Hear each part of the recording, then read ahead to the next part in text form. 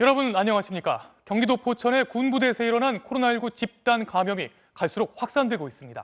확진자가 계속 늘면서 지금까지 36명이 양성 판정을 받았습니다.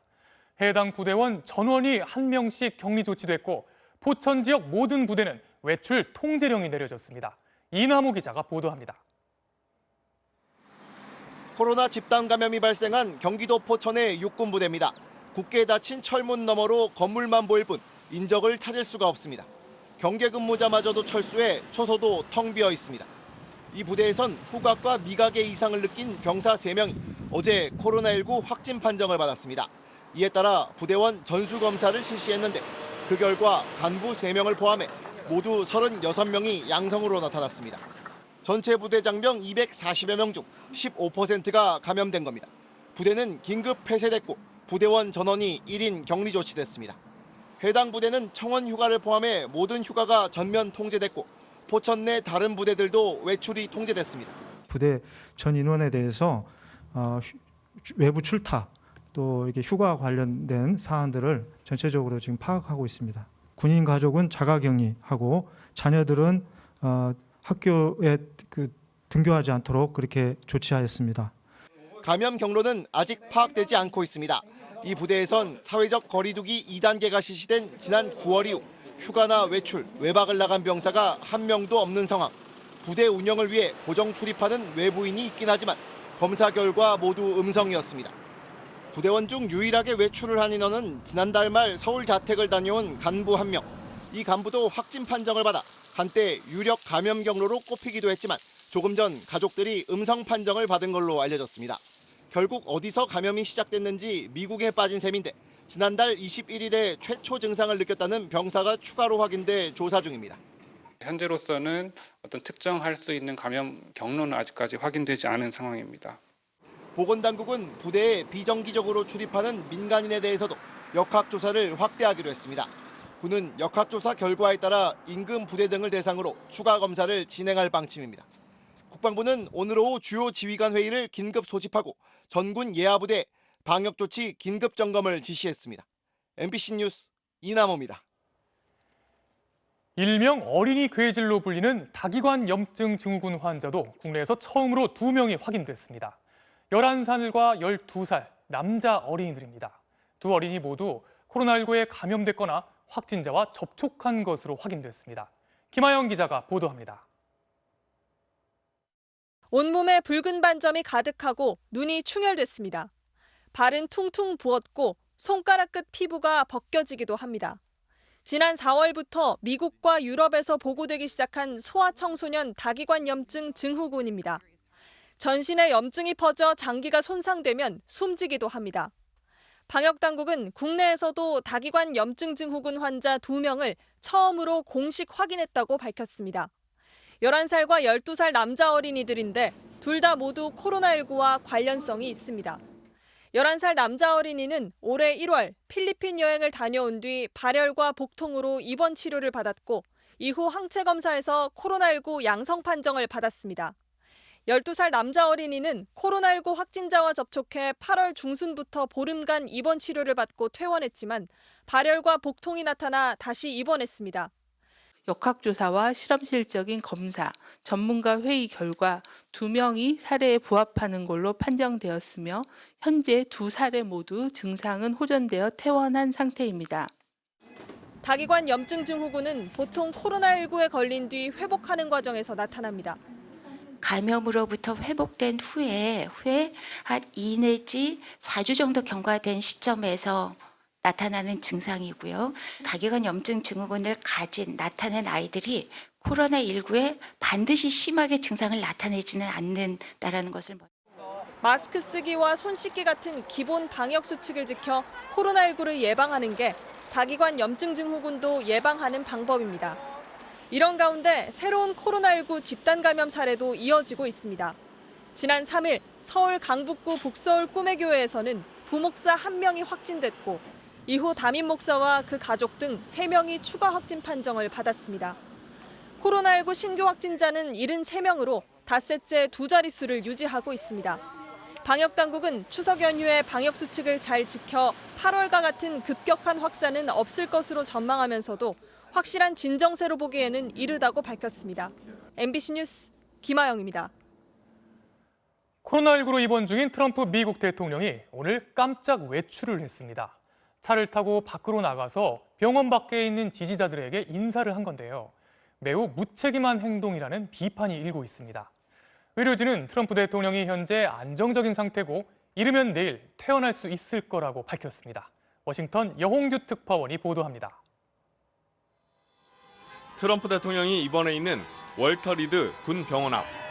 트럼프 대통령이 차를 타고 병원 밖으로 나오자 지지자들이 환호성을 터뜨립니다. 트럼프는 차 안에서 손을 흔들고 박수를 치며 격려합니다.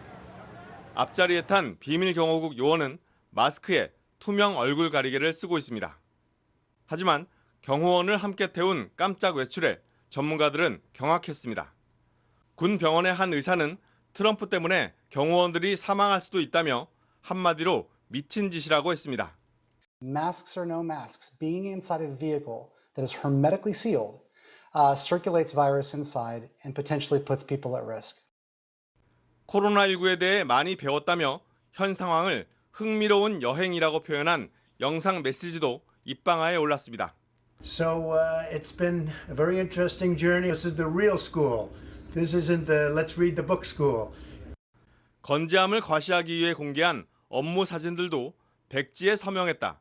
10분 만에 병원 내 장소와 옷이 바뀌었다며 연출 의혹이 제기됐습니다. 여기에 트럼프가 신속 진단을 통해 코로나19 양성 판정을 받고도 이를 숨기고 검사 결과를 기다리고 있다고 거짓말을 했다는 보도도 나왔습니다. 트럼프가 병세를 숨기고 있다는 논란도 여전합니다. 코로나19 중증 환자에게 사용되는 덱사메타손과 렘데시비르 처방을 받은 걸로 볼 때 증상이 심각할 수 있다는 겁니다. 하지만 의료진은 트럼프가 안정적인 상태라며 현지 시간 이르면 월요일 퇴원할 거라고 밝혔습니다. 트럼프 대통령이 확진 판정을 받은 뒤에 실시된 여론조사에선 바이든 후보의 10%포인트 뒤지는 것으로 나타났습니다. 어떻게든 하루속히 퇴원해서 코로나19를 이겨냈다는 점을 선거운동에 적극 활용할 것으로 보입니다. 워싱턴에서 MBC 뉴스 여홍규입니다. 강경화 외교부 장관이 논란이 되고 있는 남편의 미국 여행과 관련해 마음이 복잡하다고 밝혔습니다. 하지만 남편이 쉽게 귀국할 상황은 아니라고 했는데요. 야당은 강 장관에 대해 거센 비판을 이어갔습니다. 조효정 기자가 보도합니다. 퇴근길에서 기자들과 만난 강경화 장관이 남편의 미국 여행과 관련해 입장을 밝혔습니다. 저도 마음이 굉장히 복잡합니다. 네. 또 보도가 나온 이후 남편도 당혹스러워하고 있지만 여행 일정을 변경하기는 어려울 것 같다고 했습니다. 워낙 오래 계획하고 또 여러 사람하고 친구들하고 계획을 한 상황이기 때문에 쉽게 기억할 수 있는 상황은 아닌 걸로 알고 있습니다. 어제 송구스럽다는 입장을 밝힌 강 장관은 논란 확산이 부담스러운 듯 오늘은 외부 노출을 최소화하는 모습이었습니다. 아침 출근길에는 취재진을 피해 늘 이용하던 외교부 청사 2층 정문 대신 지하 주차장을 통해 곧바로 집무실로 올라갔습니다. 최근 서거한 쿠웨이트 국왕 조문을 위한 쿠웨이트 대사관 방문도 공개 일정으로 잡혀 있었는데 코로나19로 인한 조문객 안전을 이유로 갑자기 비공개로 전환했습니다.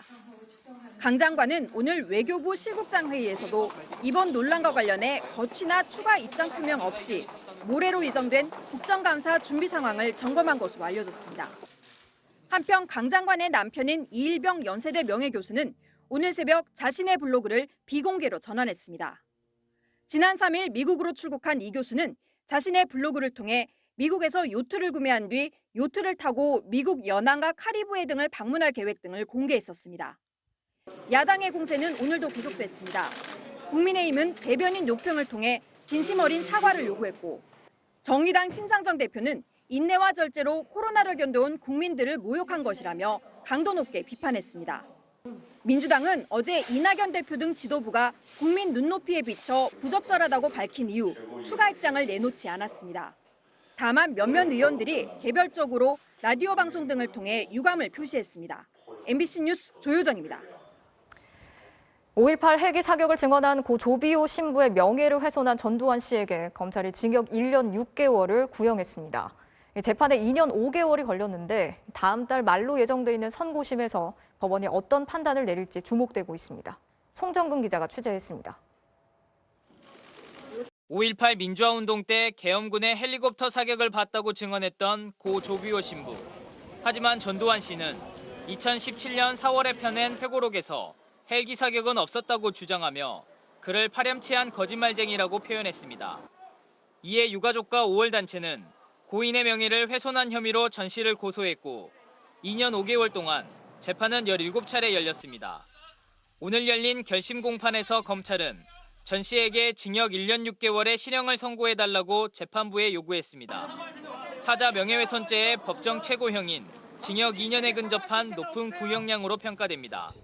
검찰은 헌정 질서를 유린한 전 씨가 표현의 자유라는 이름으로 역사의 아픔을 기억하는 사람들에게 또다시 상처를 줬다며 구형 이유를 설명했습니다. 이번 재판을 통해서 5.18 진상 규명회로 새 출발을 하게 된다는 차원에서 이번에 재판이 참으로 뜻이 깊은 것이죠. 재판의 핵심 쟁점은 5.18 당시 헬기 사격의 실체. 검찰은 전입 빌딩에 남아있는 탄음과 자료 등을 토대로 헬기 사격은 명백한 사실이라고 주장했습니다. 반면 전 씨 측은 450페이지에 달하는 최후 변론서를 통해 목격자들의 증언이 사실상 희박하고 검찰이 헬기 사격의 명확한 실체를 밝혀내지 못했다면서 헬기 사격은 허구라는 기존 주장을 되풀이했습니다.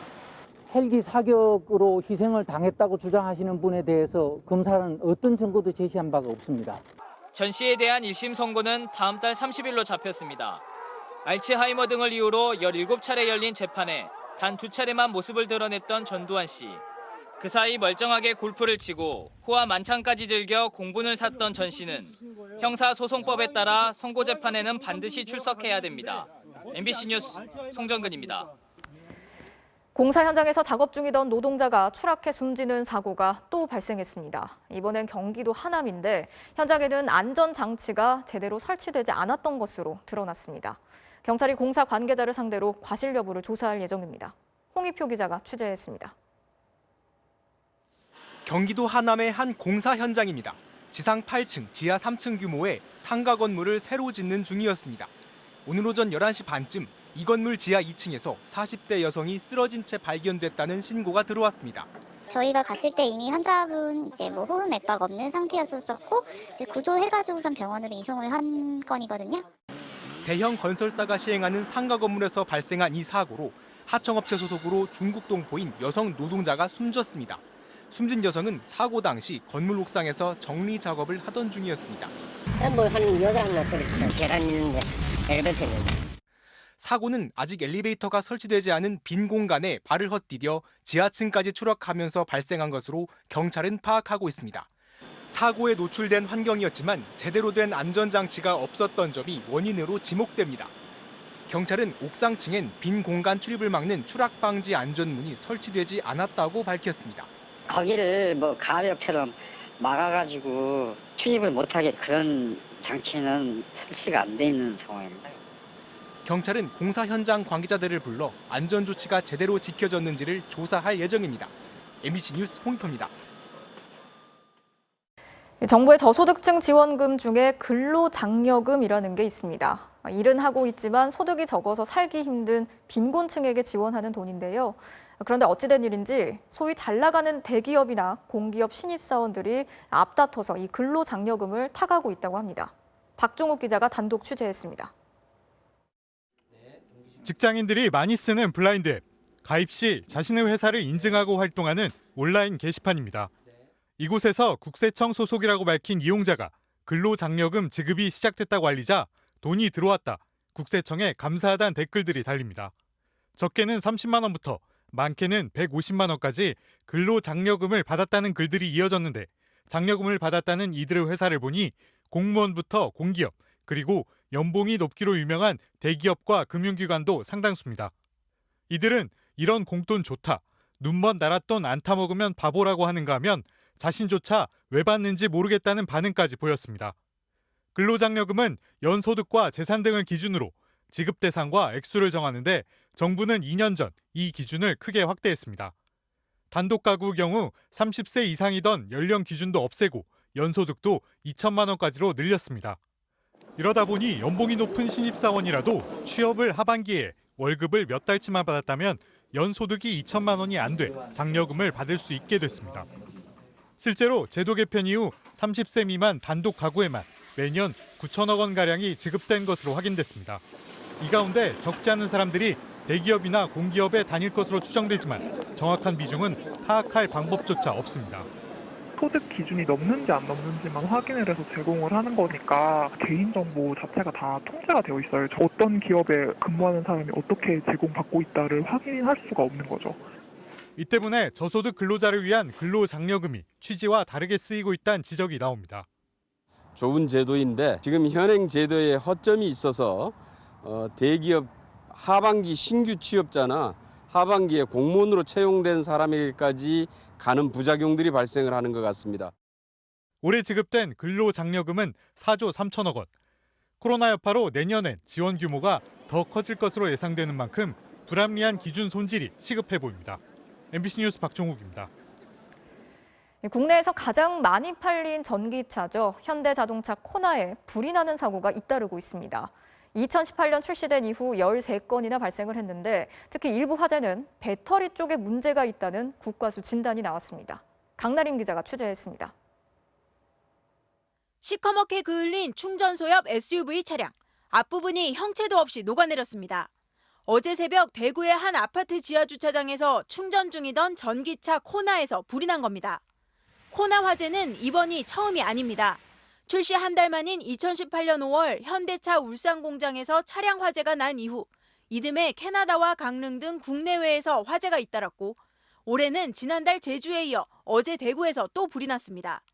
지금까지 국내외에서 발생한 코나 화재는 13건.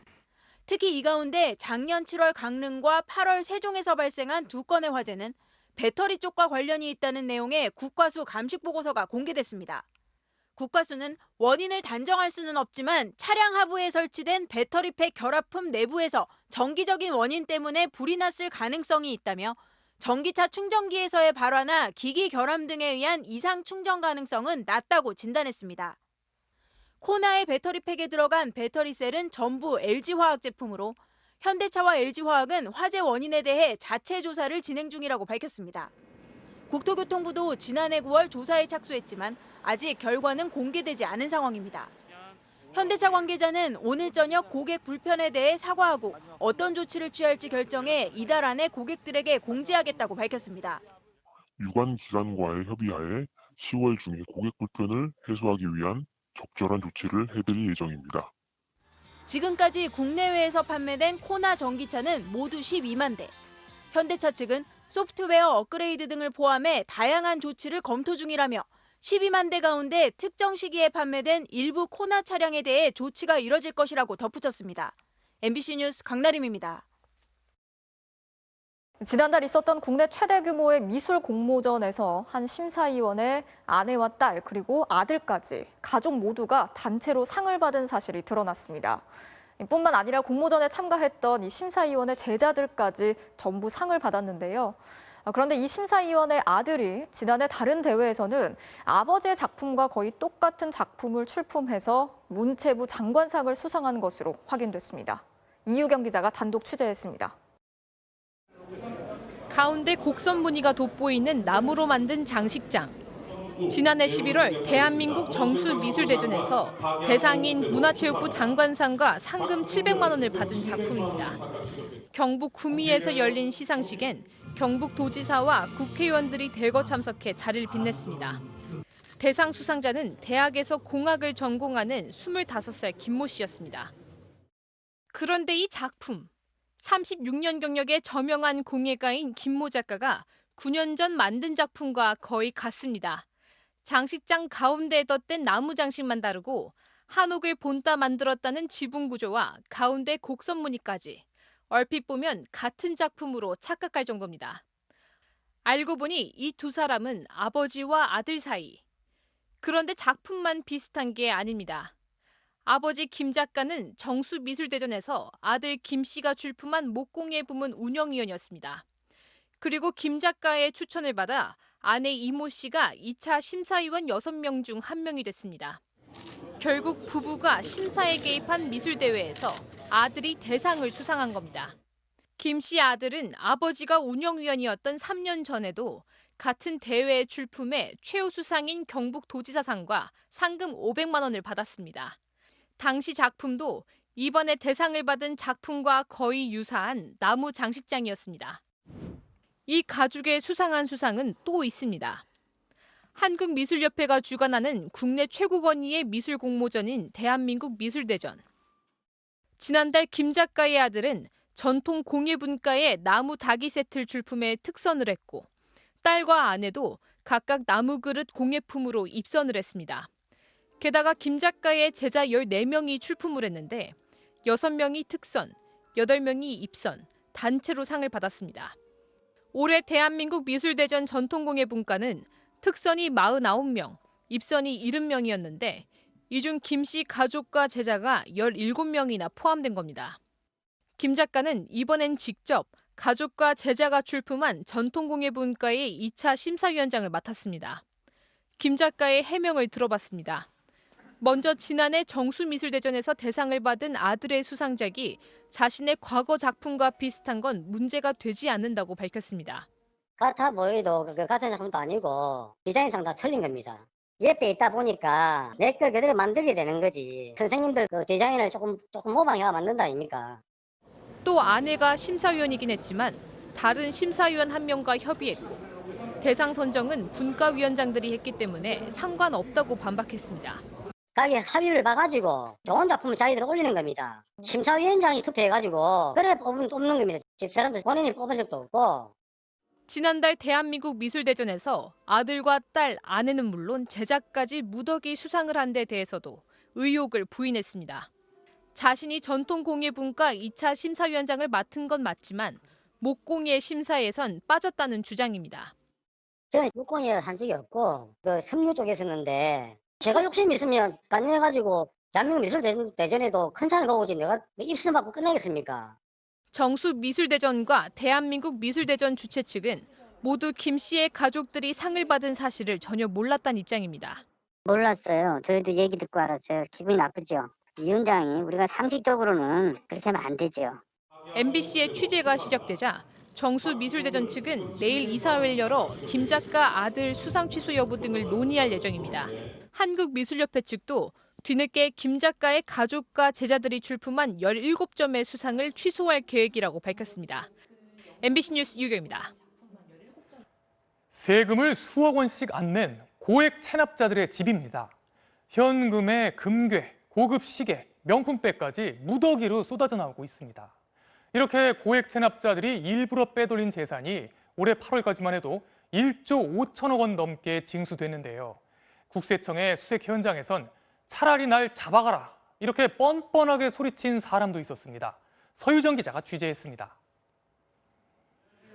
고가의 부동산을 판 뒤 1년 동안 양도소득세 수억 원을 내지 않고 버텨온 한 체납자. 세금 징수를 위해 국세청 직원이 집안 수색에 나서자 흉기를 꺼내들고 차라리 감옥에 보내달라 소리칩니다. 이러지 말고요. 그러니까 수색하지 말고 집어넣어버리라고요. 집어넣으라고요. 그러니까 제가 죄를 지었으니까 나요. 왜 이러시는 겁니까? 지금부터 수색 집행하겠습니다. 어렵게 시작된 수색 끝에 책상 서랍장에서 발견된 흰색 봉투. 1,000만 원권 수표 32장, 총 3억 2천만 원이 들어 있습니다. 부동산 판매 대금을 숨겨놓은 겁니다. 들어오지 마시라고요. 이건 내가 사는 집이 아니고. 선생님 지금 여기 계시는 게 지금 눈으로 확인됐어요. 돈이 없어 시골에 산다던 또 다른 체납자는 부인 명의의 서울 고가 아파트에 살다 덜미가 잡혔는데 옷장에선 5만 원권 2천여 장, 1억 원 넘는 현금이 발견됐습니다. 소득세를 내지 않고 버티던 한 변호사도 월세로 살던 88평 아파트에서 명품 시계와 골프 회원권, 골드바 등 2억 원 상당의 물건이 발견돼 압류됐습니다. 국세청이 올 들어 8월까지 고액 체납자들의 거주지 수색 등을 통해 확보한 세금은 1조 5,055억 원. 이 과정에서 290명을 고발하고 재산을 빼돌린 것으로 의심되는 449건에 대해선 소송을 제기했습니다. 국세청은 특히 올해부터는 빅데이터를 활용해 체납자 본인은 물론 가족의 사업이나 지출 내역 등을 한데 분석해 세금 징수율을 높일 방침입니다. 우선 조사 대상은 고액 체납자 800여 명으로 5천만 원 이상 체납자에 대해서는 6촌 이내 혈족까지 금융조회를 진행합니다. 내년부터는 납부 능력이 있음에도 정당한 사유 없이 납부하지 않는 고액 상습 체납자에 대해 최대 30일간 감치하는 등 법과 원칙에 따라서 엄정 대응할 계획입니다. 국세청은 또 고의로 세금을 내지 않는 체납자에 대해서는 재산 은닉을 도와준 가족이나 지인까지 고발해 처벌받도록 하는 방안도 추진하기로 했습니다. MBC 뉴스 서유정입니다. 4년 전 상사의 가혹 행위를 호소하다 스스로 목숨을 끊은 젊은 검사가 있습니다. 고 김홍영 검사입니다. 김 검사를 상습적으로 괴롭힌 혐의를 받아온 전직 부장검사가 4년이 지나서야 뒤늦게 사죄의 뜻을 밝혔습니다. 유족 측은 진정성 있는 사과로 받아들이기 어렵다면서 수사를 거듭 촉구했습니다. 윤수환 기자가 보도합니다. 고 김홍영 검사의 가해자로 고발된 김대현 전 부장검사가 지난주 초 검찰에 나가 조사를 받았습니다. 대한변호사협회가 폭행과 강요, 모욕 등 혐의로 그를 고발한 지 10개월 만입니다.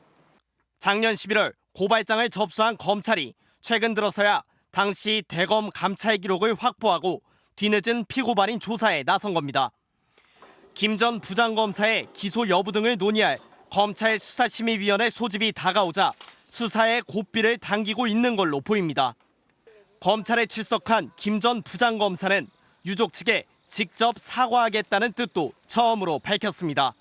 2016년 김홍영 검사의 극단적 선택 이후 자체 진상조사와 대검 감찰 등에서 폭행과 폭언 의혹 등을 줄곧 부인해온 입장을 갑자기 바꾼 겁니다. 해임 징계에 불복해냈다 패소한 행정소송을 통해 이미 자신의 가혹 행위들이 인정된 만큼 형사처벌 수위를 낮춰보려는 것 아니냐는 해석도 나옵니다. 김 검사의 유족 측은 4년이 지나서야 나온 사과의 진정성을 의심할 수밖에 없다며 사과보다 처벌이 필요하다고 강조했습니다. 감찰 때도 본인 책임을 인정 안 했고 해임 처분에 대해서 대법원까지 가면서 본인 책임질 수 없다라고 한 상황이잖아요. 또 이제 와서 사과하겠다고 나서면 더 오히려.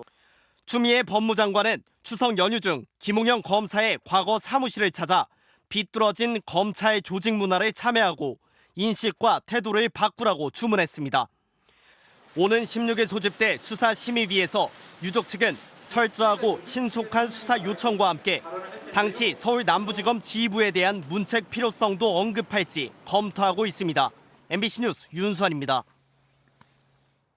이해 충돌 논란으로 국민의힘을 탈당한 박덕흠 의원이 이번엔 채용 비리 의혹에 휩싸였습니다. 과거 대한전문건설협회장 재임 당시 조카와 지인 자녀 등을 대거 특혜 채용했다는 의혹이 불거진 겁니다. MBC가 부정채용 의혹 대상자 25명의 명단을 입수해서 취재했는데요. 박 의원과 골프 모임에 동행했던 여성도 정규직으로 채용된 사실이 확인됐습니다. 임현주 기자가 단독 보도합니다. 박덕흠 의원이 대한전문건설협회장에 취임하기 직전이었던 지난 2006년 10월. 박 의원은 지역 협회장 3명과 강원도에서 골프 모임을 했습니다. 2박 3일 일정. 이 자리에는 젊은 여성 2명도 동행했습니다. 시도회장들하고 4사람이 공을 치는데 삼척 해서 둘이를 다리고 왔더래. 와서 이제 그래서 이제 호텔이 신천이니까 호텔이 그들 갔대. 갔는데 거기에 2사람을 다려왔어요. 당시 2 여성 중 한 사람인 A씨는 이듬해 협회 서울시 지회 정규직으로 채용돼 지금도 근무하고 있습니다. 박 의원이 배임 등 혐의로 고발된 사건과 관련해 서울중앙지검에 제출된 협회 전현직 부정채용 의혹 대상자 명단 25명에도 포함된 인물입니다. MBC 취재진과 만난 A씨는 골프 모임에 갔던 사실은 부인하면서도 채용 과정에 대해선 말끝을 흐렸습니다. 2박 3일 지원하고 이렇게 이제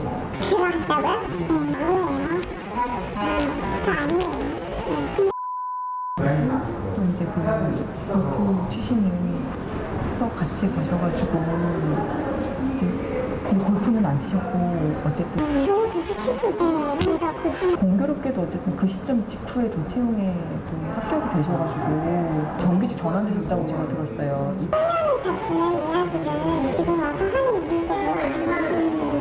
골프 모임에 함께했던 전직 협회 관부는 당시 A씨를 데려온 건 박덕흠 의원이라고 MBC에 밝혔습니다.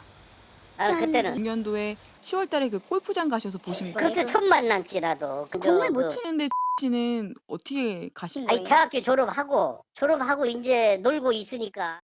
협회 관계자는 A씨의 채용 경위와 관련해 서류 전형과 면접을 모두 거쳐 절차상의 문제는 없어 보인다고 밝혔습니다. 하지만 협회 입사 당시 박 의원이 운영했던 원화건설의 직원이었다는 이력서의 경력부터 허위였던 것으로 드러났습니다. 그걸 실적 때문에. 원화건설에서 근무를 하다가 협회로 채용이 된 거잖아요. 아니. 대학교 다닐 때 모델하우스에 며칠 그 알바한 게 있고 원화건설은 근무를 안 했고 대학교 졸업하고 그 쉴 때 이제 그 친구 따라서 거기 갔다가 A씨 자신도 시인했습니다. 협회 측은 허위 서류나 경력을 기재한 사실이 확인되면 취업 규칙상 채용이 취소될 수 있다면서 내부적으로 사실 확인 절차 등을 논의하고 있다고 설명했습니다. MBC는 박덕흠 의원의 해명을 듣기 위해 2주 이상 여러 차례 접촉했지만 연락이 닿지 않았습니다. MBC 뉴스 임현주입니다. 부모가 없는 집에서 조리를 하다 화재로 크게 다친 인천 형제 소식 많이 궁금하실 텐데요. 사고 18일 만에 다행히 의식을 되찾고 일반 병실로 옮겨졌다는 반가운 소식이 들어왔습니다.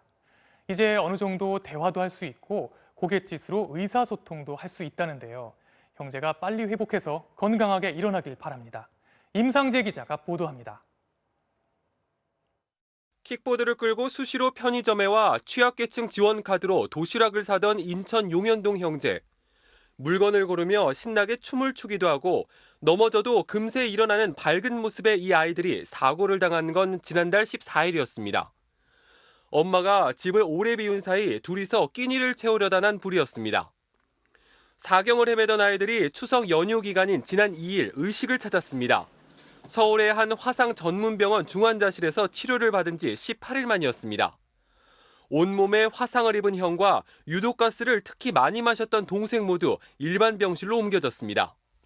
형은 대화가 가능하고 동생은 아직 한쪽만 응시하고 몸은 굳었지만 고갯짓으로 의사소통을 할 수 있는 수준입니다. 애들이 의식을 찾아서 회복이 되기를 굉장히 바라는 거잖아요. 애들이 의식이 돌아왔다니까 너무 다행이다. 아이들의 건강이 조금씩 회복되면서 경찰 조사에도 속도가 붙을 것으로 보입니다. 경찰은 형제의 상태를 봐가며 정확한 화재 경위와 보호자의 방임 여부 등에 대해서 조사한다는 방침입니다. 도움의 손길도 꾸준히 이어지고 있습니다. 치료비로 써달라며 기부를 한 시민은 1,800명으로 모두 2억 원 가까이 모였습니다. 장기적인 일단 치료가 필요해서 성인이 될 때까지 좀 꾸준하게 나갈 것 같다. 가장 시급한 건 일단 아이들 치료비랑 뭐 재건 수술비나 이런 부분들이기 때문에 그쪽으로 일단은 가장 많이 사용해요. 이런 가운데 집에서 원격 수업을 하던 인천 만수동의 한 중학생이 화재로 온몸에 화상을 입는 사고가 또 발생했습니다. 이 학생 역시 보호자가 없던 사이 사고를 당했는데 소방당국은 폭발음과 함께 검은 연기가 났다는 목격자 진술 등을 토대로 정확한 화재 경위를 조사하고 있습니다. MBC 뉴스 임상재입니다. 부산의 아영이를 기억하십니까? 생후 닷새 만에 두개골 골절과 뇌출혈 진단을 받고 의식불명에 빠졌는데요. 당시 병원 CCTV에서 간호사의 학대가 의심되는 정황이 포착됐습니다. 그로부터 1년이 다 돼가지만 아영이는 지금도 의식을 회복하지 못하고 있는데요. 경찰이 11개월이 지나서야 병원장과 간호사 등을 기소 의견으로 검찰에 넘겼습니다. 류재민 기자가 보도합니다. 간호사가 갓 태어난 아이의 얼굴을 수건으로 때리고 던지듯이 내려놓는가 하면 아기의 발을 잡아 거꾸로 들어올리고 한 손으로 목 뒤를 잡은 채 옮깁니다. 작년 10월 태어난 지 닷새 만에 병원 신생아실에서 두개골 골절과 뇌출혈로 의식불명에 빠졌던 아영이. 여전히 눈도 못 뜨고 스스로 호흡이 불가능한 상태로 인공호흡기에 의지하고 있습니다. 물과 음식도 관으로 섭취해야 합니다. 뇌세포가 죽으면서 아영이의 머리 모양새도 바뀌어 버렸습니다. 뇌실질이 거의 없는 상태이기 때문에 애가 지금 이렇게 살아있는 게 사실은 좀 기적 같은 상황이고 언제 어떻게 얘가 잘못돼도 좀 이상하지 않다. 병원에서는 더 이상 해줄 수 있는 치료가 없다는 말에 지난 3월 집으로 온 뒤 어머니는 다니던 직장도 그만두고 24시간 아영이를 돌보고 있습니다. 매달 120만 원에 달하는 치료비도 감당해야 합니다. 오로지 아영이한테만 매여 있어야 하고 위에 아이들도 지금 계속 케어를 해줘야 되는데 아영이한테 이렇게 집중하다 보면 그 아이들한테 많이 소홀하게 돼요. 경찰은 사건 발생으로부터 무려 11개월이 지난 오늘 해당 간호사와 병원장 등을 아동학대 등의 혐의로 검찰에 넘겼다고 밝혔습니다. 경찰은 의료분쟁조정위원회 절차에 여러 달이 걸렸고 간호사의 행위와 두개골 골절 사이의 상관관계를 전문적으로 밝히기 위한 검찰의 수사보완 지시 등으로 인해 조사에 시간이 오래 걸렸다고 설명했습니다.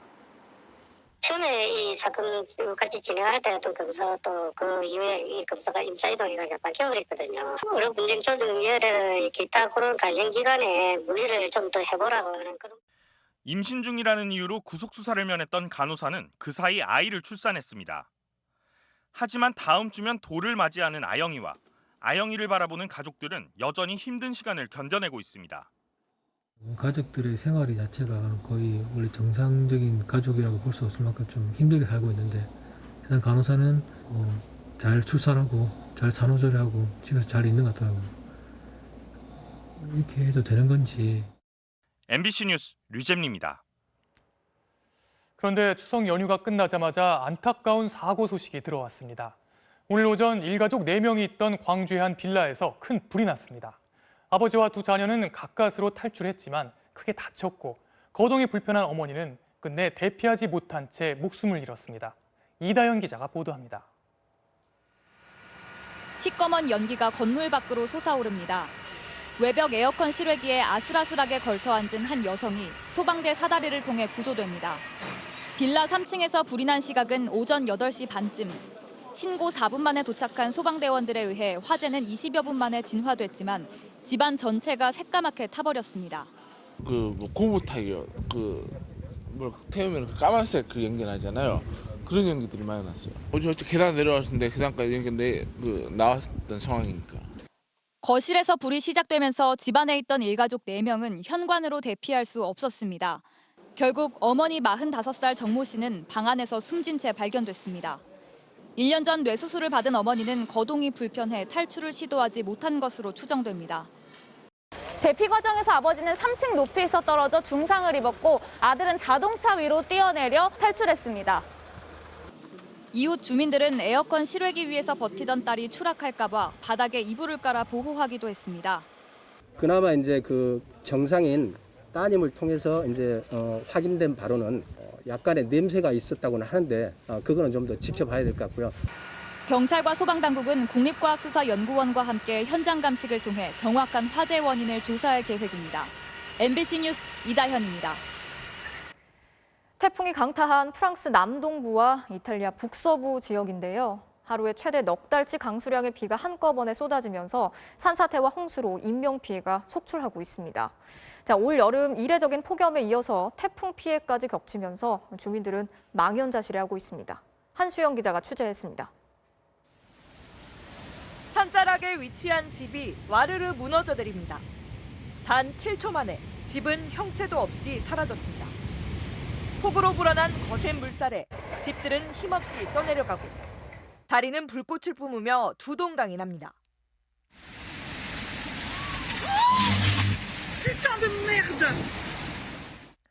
거센 빗줄기에 도로 위 차량은 멈춰서야 했고 주차돼 있던 차들은 장난감처럼 휩쓸려 내려갑니다. C'était oppressant en fait. Moi je pensais que j'allais mourir et je me suis dit c'est fini quoi. Si l'hôtel il tient pas, on est foutu quoi. Il y a plus de pont, le barrage a tenu. 현지 시간 4일 프랑스 남동부를 강타한 태풍 알렉스는 하루 동안 4개월치 강수량에 맞먹는 450mm의 비를 쏟아부었습니다.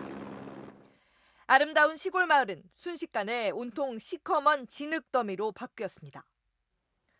오도 가도 못한 차들은 지붕만 겨우 드러낸 채 흙더미에 파묻혔습니다. 단 하루 만에 터전을 잃은 주민들은 망연자실해했습니다. Tous ceux qui étaient près de la rivière, on est 30 familles à avoir perdu notre maison. Et tout ce qu'on possédait, quoi. 태풍은 프랑스 접경인 이탈리아 북서부에도 62년 만에 최대인 하루 630mm가 넘는 비를 뿌렸습니다. 해안가 마을엔 한때 수위가 3m 이상 불어나 가옥과 다리가 무너져 내렸고 온통 흙더미로 뒤덮인 마을에서 주민들은 끝도 없이 흙을 퍼내고 있습니다. Praticamente è un disastro, tutto il centro città è devastato dall'acqua. 이번 태풍으로 프랑스와 이탈리아에선 소방관 1명을 포함해 2명이 숨지고 24명이 실종됐습니다. Ce qui nous préoccupe le plus aujourd'hui, c'est le bilan humain. Et je veux dire à toutes les familles, pour ceux qui font l'objet de recherches très actives en ce moment, c'est-à-dire 9 personnes. 기상 전문가들은 지구 온난화가 전례 없는 강한 태풍을 만들고 있다고 경고했습니다. MBC 뉴스 한수연입니다.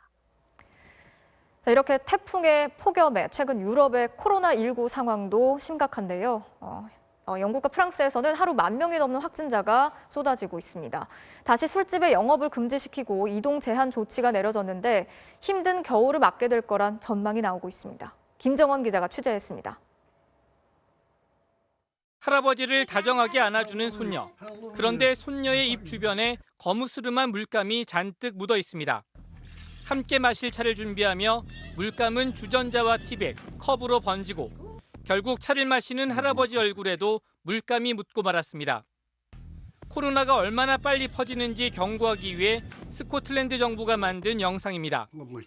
이런 섬뜩한 공익 광고까지 만들었지만 영국의 코로나 상황은 갈수록 나빠지고 있습니다. 누적 환자 수가 48만 명을 돌파한 영국은 지난 3일 하루 확진자가 13,000명에 육박했습니다. 코로나 발생 이후 하루 신규 발생으론 최대 규모입니다. It's going to continue to be bumpy through to Christmas. It may even be bumpy beyond. 다른 유럽 국가들도 비슷한 상황입니다. 프랑스는 하루 신규 확진자가 17,000명 발생해 최대 기록을 경신했습니다. 파리는 최고 경계 지역으로 지정됐고 이미 밤 10시 이후부터 영업이 금지된 술집은 앞으로 2주 동안 아예 문을 닫도록 했습니다. 식당은 엄격한 보건 수칙을 지켜야만 영업을 할 수 있습니다. 술집과 식당 주인들은 국자로 냄비를 두드리며 항의하기도 했습니다. Oui, nous avons une grosse baisse de fréquentation. On se sent un peu comme les stigmatisés, un bouc émissaire. 스페인은 특별한 사유가 없으면 거주 지역 밖으로 나갈 수 없도록 하는 등 수도 마드리드에 봉쇄령을 내렸고 독일은 확진자가 많은 지역에서 모임을 25명 이하로 제한하기로 했습니다. 하지만 지난 주말에도 베를린에서는 코로나 봉쇄 조치에 반대하는 대규모 시위가 열렸습니다. 갈등이 커지다 보니 각국 정상들은 코로나와 경제활동 두 가지 모두 포기할 수 없다는 입장을 내놓고 있습니다. 강력한 봉쇄 정책이 다시 실시되지 않는 한 올겨울 2차 대확산이 올 거란 우울한 전망은 현실이 될 가능성이 높아 보입니다. MBC 뉴스 김정원입니다. 경북 상주에서 발생한 코로나19 확진 환자 2명이 자신들의 동선을 밝히지 않아서 방역당국이 어려움을 겪고 있습니다. 특히 이 중에 한 명은 자신이 계속 집에 있었다 이렇게 주장을 했지만 GPS를 추적해봤더니 2주 동안 경기도와 서울에 다녀왔던 것으로 드러났습니다. 이정희 기자가 취재했습니다. 60대 후반 남성 상주 21번 확진자는 추석 연휴 몸이 아파 상주 성모병원에 입원했다 지난 3일 양성 판정을 받았습니다. 입원 전 상주 시내 한 식당에서 식사를 함께한 것으로 확인된 60대 후반의 여성도 다음 날 양성 판정을 받아 현재 2명 모두 안동의료원으로 이송됐습니다. 확진된 남성은 당초 조사에서 지난달 16일부터 병원을 찾은 10월 2일까지 17일간 아파트 자택에만 있었다고 진술했습니다. 그러나 휴대전화 GPS, 즉 위성 위치 정보를 확인한 결과 16일부터 30일까지 무려 2주 동안 경기도 과천과 의왕에 머물렀고 중간엔 서울 강남과 서초에도 다녀온 것으로 드러났습니다. 거짓말을 한 것으로 드러나자 이번엔 상주시장까지 나서 동선을 캐물었습니다. 그러자 이 남성은 사업차 경기도를 방문한 건 맞지만 잠은 2주 승용차에서 잤고 세면은 기차역 화장실에서 했다고 해명했습니다. 노숙자처럼 생활했다는 이상한 주장을 한 겁니다. 의문스러운 건 여성도 마찬가지여서 GPS 추적 결과 이 남성과 동선이 일치한 것으로 드러났지만 역시 구체적인 이동 경로를 밝히지 않고 있습니다. 차에서 속박을 했다 하는데 차에서 속박이 가능하겠냐. GPS 기록으로는 주변의 기지국에서 전파가 수신되고 하니까 특정한 지역을 세밀하게는 확인할 수가 없는 거예요. 그래서 과천과 의향에 의뢰를 좀 해놓은 상태입니다. 이 남성은 지난 2012년 19대 국회의원 선거에 국민행복당 후보로 출마했고 함께 확진된 여성도 구구 보수단체에서 활발하게 활동한 것으로 나타났습니다. 현재까지 확인된 상주 지역 접촉자 65명은 다행히 모두 음성으로 나왔습니다.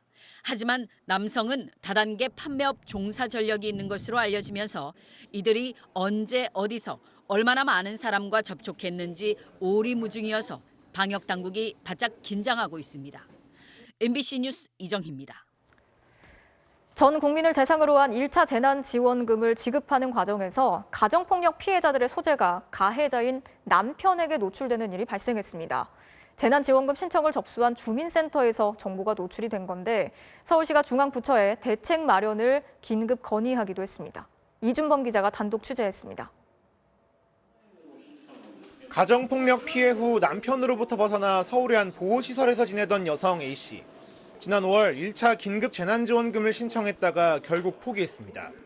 재난지원금 신청 사실은 물론 머물던 지역까지 세대주의자 가해자인 남편이 알아챘기 때문입니다. 찾아올 수도 있는 부분인 거잖아요. 집요한 가해자들 같은 경우는 그런 경우들이 상당히 많기 때문에 바로 그냥 취소를. 일주일 뒤 서울의 또 다른 주민센터에서도 비슷한 일이 발생해 피해자 보호시설 측이 강력히 항의했습니다. 어떻게 된 걸까?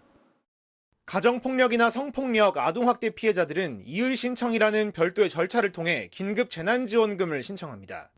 그런데 부인 몫까지 받지 못한다는 걸 알게 된 남편이 주민센터를 찾아와 민원을 제기하자 주민센터가 설명 과정에서 피해자의 소재 지역 등을 알려준 겁니다. 개인정보 신원이나 어디에서 신청했는지 이런 것들을 노출되지 않도록 유의해야 한다 이런 지침이 안 내려갔던 거예요.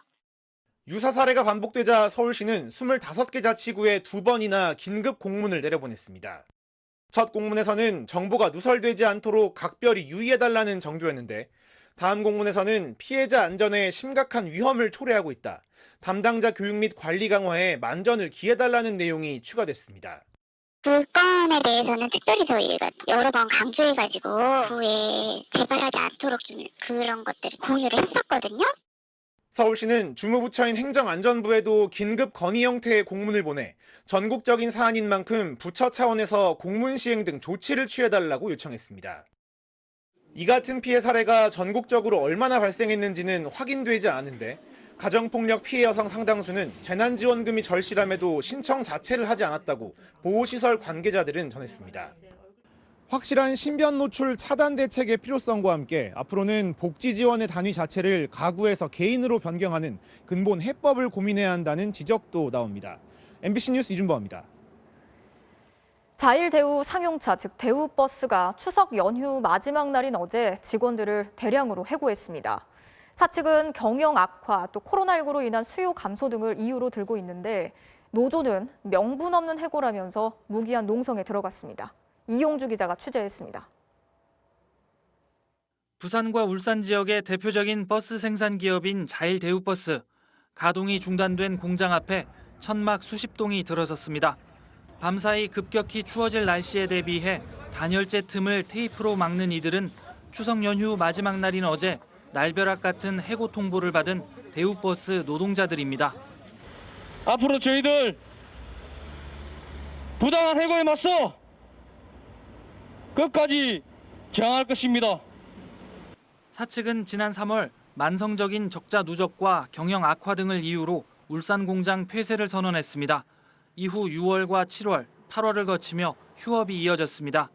그 사이 계약직 노동자와 희망퇴직자 등 노조 추산 200여 명이 회사를 떠났습니다.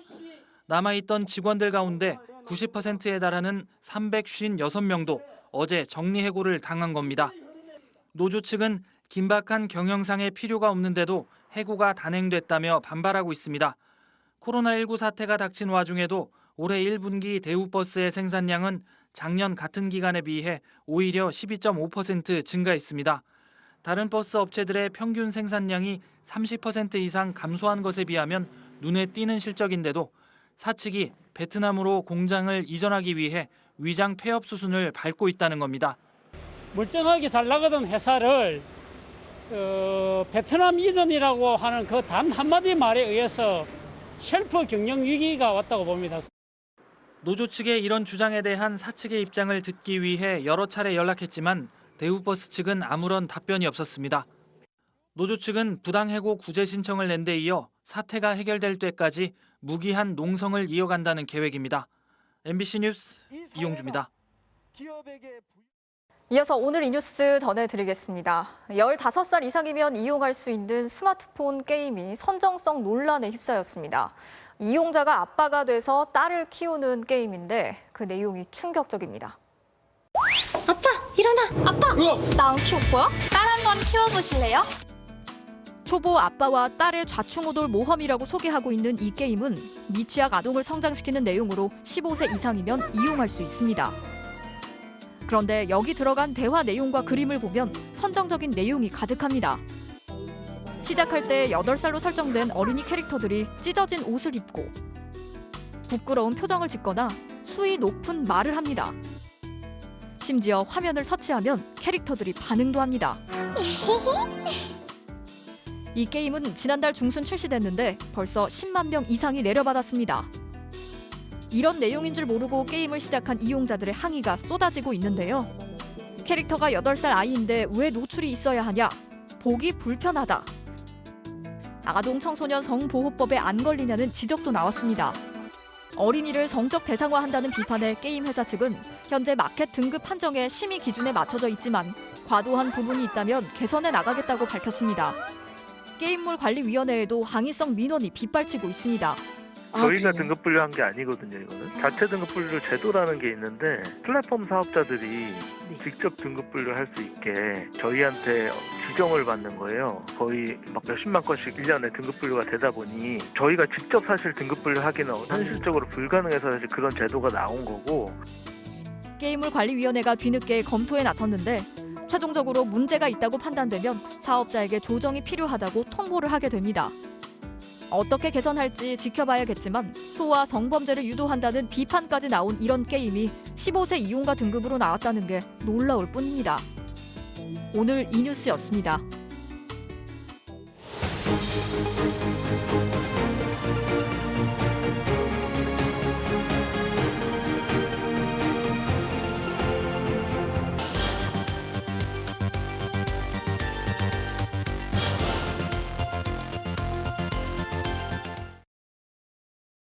오늘 2부에서 깊게 들여다볼 뉴스는 데이트 폭력입니다. 연인들 사이에서 어느 한쪽이 상대에게 물리적인 혹은 정신적인 폭력을 가하는 걸 데이트 폭력이라고 하는데요. 피해자는 대부분 여성이죠. 연인한테 이런 짓을 하는 사람이 얼마나 될까 싶지만 현실은 생각보다 많습니다. 지난 3년 동안 데이트 폭력으로 입건된 가해자가 3만 명이 넘습니다. 하지만 실제 피해자 중에 신고라도 한 사람은 소수에 불과한데요. 피해자들이 겪은 악몽 같은 데이트 폭력의 참혹한 현실을 공윤선 기자가 취재했습니다. 지난해 현정 씨에게 그 일이 있었던 건 교제한 지 2달이 조금 지났을 때였습니다. 집에서 말다툼 도중 남자친구 A 씨가 갑자기 주방에 있던 흉기를 들고 와 위협한 겁니다. 협박을 1시간 동안 했거든요. 근데 나 너 죽일 거야. 이게 아니라 너의 피부를 어떻게 하고 눈을 어떻게 코도 어떻게 하고 이러면서 급한 대로 경찰에 신고해 위기를 넘겼지만 이전에도 폭행과 폭언을 당하기 일쑤였습니다. 이제 집안에 있는 물건을 집어 던지고 뭐 욕을 하고 이런 경우가 되게 많았어요. 근데 안 보이는 복부 부분 이런 부분만 폭행을 하고 얼굴이나 정말 티가 많이 날 것 같은 뼈 부분은 아예 때리지를 않더라고요. 현정 씨에 앞서 A 씨와 교제했던 예전 여자친구도 악몽에 시달리긴 마찬가지. 수건을 이렇게 채찍하면서 때리고 뺨 때리고 뭐 이렇게 배를 주먹으로 치고. 흉기 협박 역시 똑같이 당했습니다. 끝을 못까지 이렇게 대고 자기는 너 죽일 수 있다고, 너 죽고 나도 죽으면 된다고, 잃을 게 없다고 이런 식으로 협박을 했었어요. 상대만 바꿔 수년간 계속된 범행. A씨는 사실상 데이트 폭력의 상습범이었습니다. 하지만 피해자 입장에선 누구보다 친밀한 관계인 남자친구의 폭력이 범죄란 걸 깨닫는데 꽤 오랜 시간이 걸릴 수밖에 없습니다. 더욱이 나를 잘 아는 상대이기 때문에 보복이 두려워 신고마저 꺼리게 됩니다. 처음에 폭행당했을 때 그 친구가 미안하다 하면서 울면서 빌었기 때문에 봐줬고 신고도 안 했고, 저도 처음에는 연인 간에 이런 걸로 경찰서를 가냐라는 생각을 했었어요. 그 친구가 진짜 너무 무서운 친구여가지고 좀 죽일 수도 있다고 생각해서 전화번호도 바꾸고 저는 이제 숨어버린 거죠. 빨리 잊으려고. 실제로 연인에게서 폭언을 듣거나 돈을 뜯긴 여성 중 경찰에 신고한 피해자는 4.8%에 불과했고, 신체적 폭력을 당한 경우에도 9.1%에 그쳤습니다. 어렵사리 용기를 내 신고하면 처벌은 제대로 될까? 여자친구들에게 폭행과 폭언을 거듭했지만 흉기 위협 한 건만 특수협박죄로 기소된 A씨에겐 고작 벌금 300만 원이 선고됐습니다. 초범이고 반성문을 제출한 데다 이른바 명문대생이라 학업을 계속해야 한다는 호소까지 통한 것으로 보입니다. 음주운전을 해도 벌금 300만 원은 나오지 않나요? 어떻게 보면 조금만 더 했으면 제가 죽었을 텐데 내가 안 죽어서 이 정도구나, 죽어야 했구나. 특히 데이트 폭력은 별도의 처벌 규정 없이 일반 형법이 적용되다 보니 신고된 사례의 대다수인 폭행 사건의 경우 물건을 훼손한 범죄보다도 처벌이 가볍습니다. 처음 만나는 사람의 어떤 폭행보다 그 관계가 있으면 오히려 더 사소화되기도 하거든요. 사랑 싸움이다, 뭐 그냥 아유 뭐 부부간이든 연인간이든 이럴 수 있지 하고 사소하게 넘기기 때문에. 연인 사이라는 특수성에서 비롯된 교묘하고 애매한 괴롭힘은 아예 처벌 대상이 되지도 못합니다.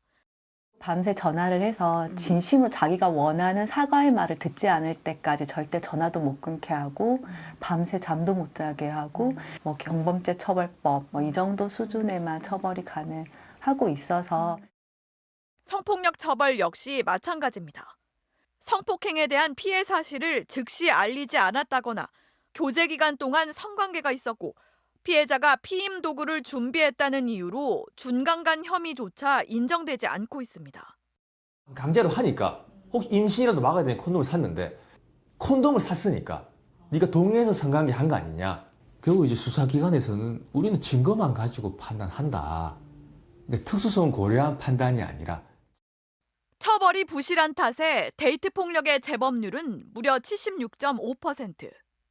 가해자 5 중 1명은 1년 이내에 범행을 또 저지르고 있습니다. 보복성 범행이 되풀이되는데도 피해자는 속절없이 당할 수밖에 없는 겁니다.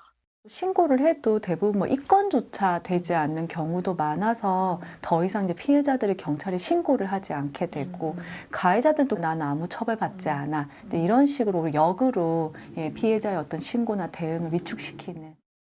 심하면 목숨을 빼앗기는 참극으로 막을 내리기도 하는 데이트 폭력. 지난해 언론에 보도된 살인사건 피해 여성 중 연인 등에게 당한 경우는 41명, 전체의 40%가 넘습니다. MBC 뉴스 공유선입니다. 우리 아이들이 마음껏 뛰어놀고 공부하는 학교 근처에 성범죄자가 살고 있다면 아무래도 불안하고 걱정스러운 마음이 들겠죠. 실제로 전국 학교를 조사해봤더니 1km 이내에 성범죄자가 살고 있는 학교가 절반이 넘었습니다. 김윤미 기자가 취재했습니다. 다세대 주택들이 밀집한 서울의 한 주택가. 이곳에 지난 2008년 아파트 엘리베이터에서 미성년자를 강제 성추행하고 13살 미만 어린이를 성폭행하려 했던 성범죄자 김모 씨가 살고 있습니다. 김 씨의 집에서 도보 7, 8분 거리에는 초등학교 2곳과 중학교 1곳이 있습니다. 주민들도 이 같은 사실을 알고는 있지만 불안해할 뿐 방법은 없습니다. 저희도 우편함으로 날라오긴 해요. 불안하긴 한데 뭐 어떻게 저희가 막 이사를 그렇게 갈 수 있는 상황도 아니니까. 실제로 여성가족부가 지역별 학교 주변 성범죄자 현황을 취합한 결과 학교 반경 1km 이내 가까운 거리에 성범죄자가 사는 경우는 전체 학교의 절반이 넘는 6,500여 개에 이릅니다. 인구가 밀집한 서울의 경우는 89%, 10개 중 9개 학교의 주변에 성범죄자가 살고 있습니다. 학교 4곳 중 1곳에는 인근에 성범죄자가 6명 이상 살고 있습니다. 대체적으로 인구 밀도가 높고 생활 권역이 좁은 서울, 대구, 부산과 같은 그 대도시 같은 경우에는 학교 인근에 성범죄자가 거주할 확률이 높다는 것이 확인이 되었고요. 아동을 대상으로 한 성범죄는 특히 주거지 부근에서 벌어지는 경우가 많습니다. 대부분의 성범죄자가 계획범죄이고 그리고 그 대상을 찾는 거기 때문에 그래서 인근에 취약한 아동들을 찾거나 아니면 그 길에 혼자 있는 아이들을 찾거나 뭐 이런 식으로 접근을 하는 거라서 오는 12월 출소 예정인 조두순도 범행 당시 피해 아동의 집 반경 1km 이내 지역에 사는 동네 주민이었습니다.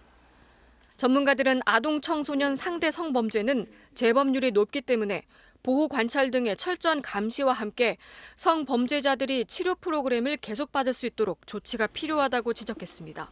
MBC 뉴스 김유미입니다. 하나, 둘, 셋!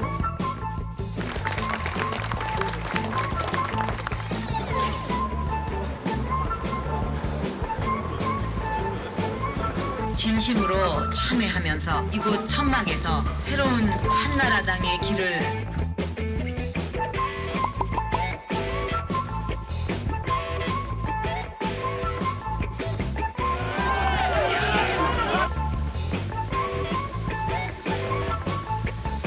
여의도 당사 시대를 마감하고 영등포 시대를 활짝 열어가겠습니다.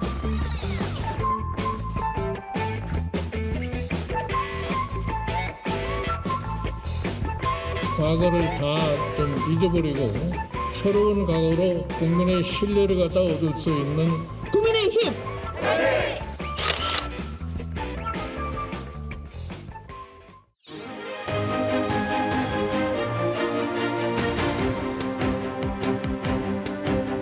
정치적 참견 시점 김재영 기자와 함께하겠습니다.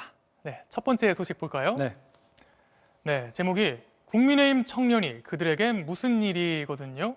국민의힘 청년이는 이번 추석 연휴 때 소개글로 상당히 논란이 됐었죠. 네, 조금 전 영상에도 보셨습니다만 오늘 새 당사 이전 소식도 있어서 좀 산뜻하게 출발했으면 좋았을 텐데 안타까운 소식부터 전하게 됐습니다.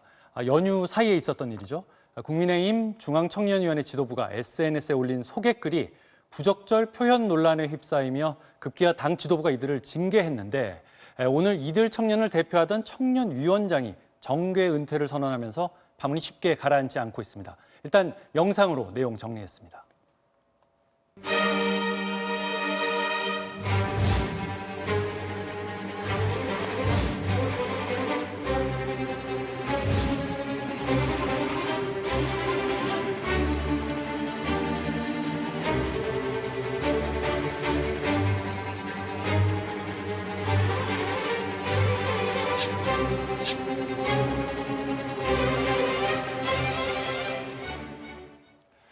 네, 정리를 해보면요.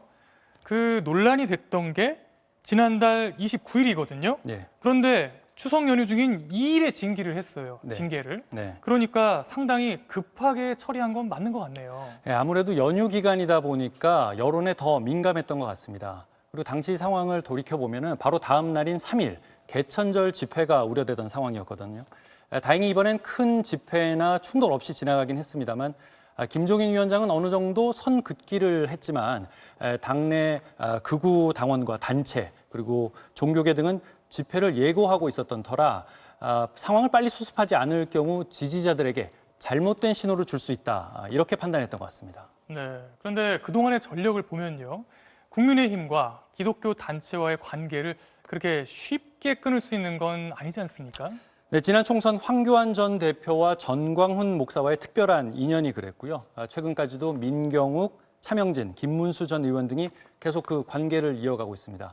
조금 더 올해로 거슬러 올라가 보면 이명박 전 서울시장의 수도 서울 봉헌 발언 논란도 있었습니다. 네, 정리해 보면요. 그동안 당과 기독교, 보수 기독교와의 관계 때문에 여러 비판이 있었고 이번에 또 방역 방해라는 비난이 이어질 수 있기 때문에 서둘러서 정리를 했다. 네. 긴급 조치를 했다. 이렇게 볼 수 있겠네요. 네, 그렇습니다. 그런데 오늘 또 새로운 소식이 전해졌어요. 네. 그 청년위를 이끈 위원장이 사퇴를 하겠다고 했죠. 네. 이거는 어떤 의미로 봐야 될까요? 네, 박결 청년위원장인데요. 이분의 사퇴를 두고 다양한 해석이 나오고 있습니다. 그동안의 이력 때문인데요. 과거 통합당과의 인연과 그동안의 발언, 우선 영상으로 보시고 더 설명드리겠습니다.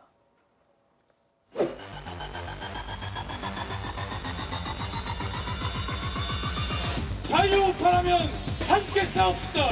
나라를 위해서 모두가 단결 투쟁해야 될 때입니다. 자유의새벽당 전 대표 박결 인사드리겠습니다.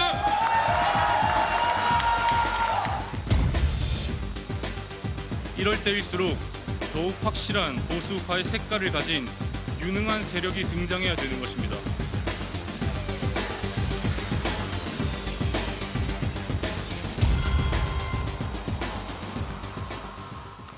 네, 그러니까 이걸 보면요. 네. 청년위원장이 단순히 논란에 대해서 책임을 지고 사퇴했다 이렇게 보기보다는 지도부에 대해서 상당한 섭섭함을 토로하고 그 의미로 사퇴를 했다 이렇게 볼 수 있겠네요.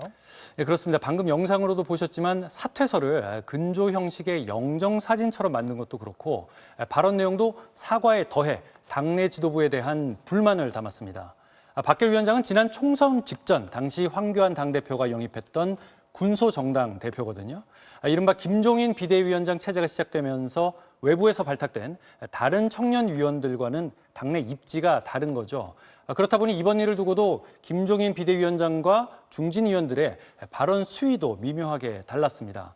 김종인 위원장은 청년이 더 진취적이지 못하다. 옛날 사고는 당에 별 도움이 안 된다면서 불만을 드러낸 반면에 주호영 원내대표는 실수는 젊은이의 특권이라며 두둔하거나 장제원 의원은 실수의 면직이라는 칼은 과한 결정이라며 오히려 지도부를 비판했는데요. 이를 두고 당내에서는 청년위를 두고 구당권파와 신당권파가 계속 기싸움을 하는 거 아니냐 이런 해석도 있습니다. 네, 오늘은 여기까지 듣겠습니다. 정치팀 김재영 기자였습니다.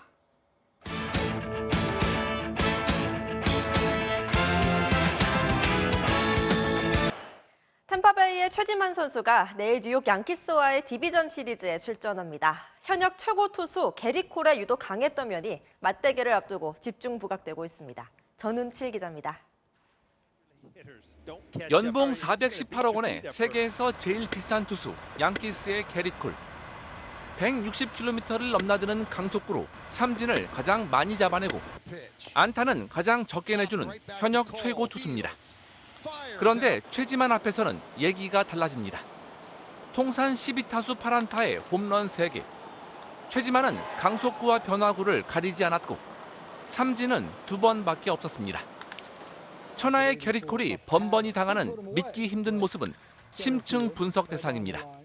There aren't a lot of ugly swings from Choi at anything that Garrett Cole throws to him. He's seeing something that 95% of the rest of the hitters don't see. 디비전 시리즈 1차전을 하루 앞두고 둘의 천적 관계는 다시 조명됐습니다. 최지만은 일단 자세를 낮췄습니다. 딱히 이유는 없는 것 같은데 그냥 잘 모르겠는데 그거는 그냥 편안하게 생각하는 것 같기도 하고. 콜 역시 최지만 질문을 피하지 못했습니다. 그래도 자신감은 잃지 않았습니다. I don't want to take credit away from him, but probably some bad pitches. I mean, I need to make better pitches. So. 템파베이 감독도 최지만을 중심 타선에 기용할 예정입니다. Believe me, I can't explain it. If I could, we'd be telling all our hitters. I can't figure it out. 부상을 털고 출격 준비를 마친 최지만이 또 한 번 유쾌한 이변을 준비하고 있습니다. MBC 뉴스 전우치입니다. 두 번의 스페셜 매치를 앞둔 축구 대표팀과 올림픽 대표팀이 오늘 소집됐습니다. 서로 지지 않겠다고 한 만큼 첫날부터 훈련 열기가 뜨겁네요. 월요일 밤 스포츠 뉴스였습니다.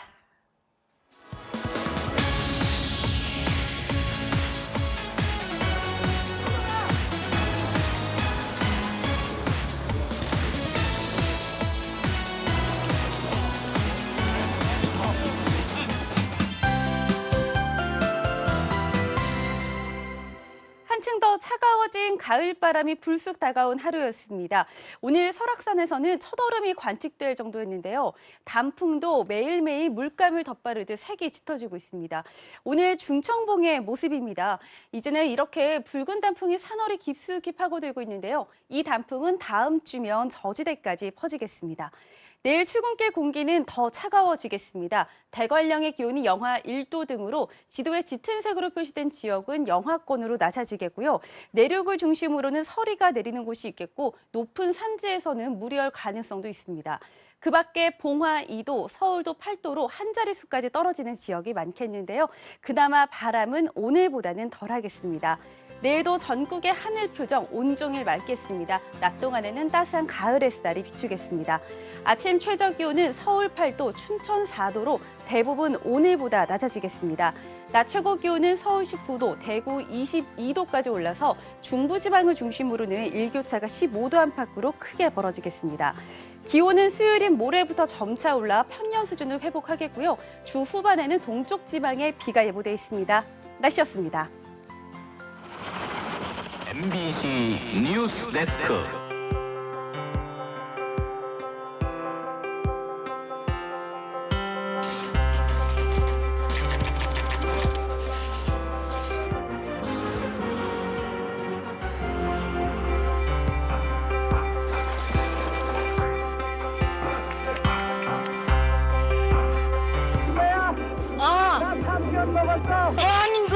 대한국민 만세다. 대한국민 만세야. 막 진짜 말로 표현할 수가 없어갖고 막 뛰었어요. 내가 막 좋아서 막 뛰었어. 너무너무 좋아가지고.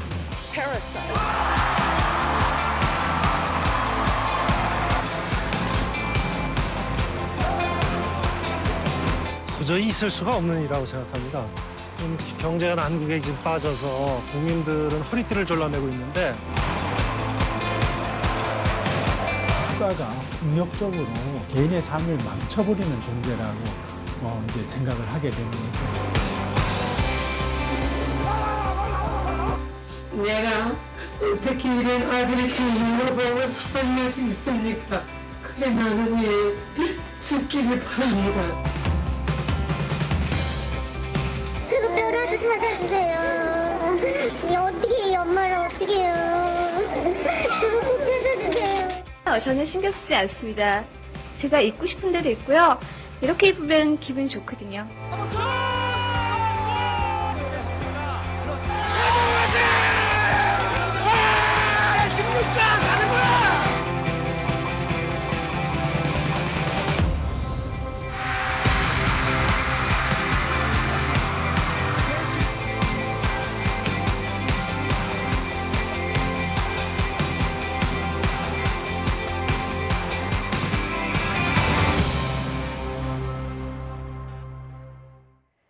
네, 오늘이 MBC 뉴스데스크가 방송된 지 정확히 50주년이 되는 날인데요. 반세기 동안 뉴스데스크가 이 자리를 지킬 수 있었던 건 때론 응원으로, 때론 질책으로 함께해 주신 시청자 여러분이 계셨기 때문입니다. 앞으로도 뉴스데스크의 주인은 시청자 여러분이라는 건 잊지 않고 시청자의 눈과 입이 되기 위해서 더 열심히 노력하겠습니다. 시청자 여러분, 고맙습니다.